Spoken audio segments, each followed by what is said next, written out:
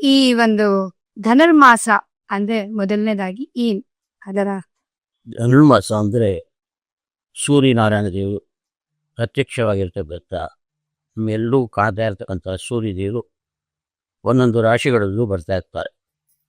ಹಾಗೆ ಈ ರಾಶಿಯಲ್ಲಿ ಸೂರ್ಯ ಪ್ರವೇಶ ಮಾಡೋದಕ್ಕೆ ಧನುರ್ಮಾಸ ಅಂತ ಹೆಸರು. ಸೂರ್ಯ ಧನುರಾಶಿಯಲ್ಲಿ ಪ್ರವೇಶ ಮಾಡೋದಕ್ಕೆ ಧನುರ್ಮಾಸ ಅಂತ ಹೆಸರು. ಈ ಧನುರ್ಮಾಸ ಮಾರ್ಗಶಿರ ಮಾಸದ ಅಂದರೆ ಈಗ ಬರ್ತಕ್ಕಂಥ 16ನೇ ತಾರೀಕು ದ್ವಾದಶಿ ದಿವಸ ಸೂರ್ಯ ಧನುರಾಶಿಗೆ ಪ್ರವೇಶ ಮಾಡ್ತಾರೆ.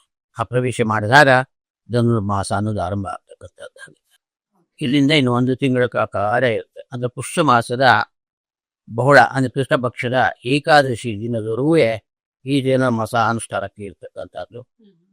ಪ್ರತಿ ವರ್ಷದಲ್ಲೂ ಕೂಡ ಜನವರಿ 14ನೇ ತಾರೀಕು ಅಂದರೆ ಸೂರ್ಯ ಈಗೇನು ರಾಶಿನಲ್ಲಿ ಬಿಡ್ತಾನೆ, ಮುಂದೆ ಮಕರ ರಾಶಿಗೆ ಬರ್ತಾನೆ. ಆ ಮಕರ ರಾಶಿಗೆ ಬಂದಾಗ ಉತ್ತರಾಯಣ ಪರ್ವಕಾಲ ಅಂತ ಆಗುತ್ತೆ.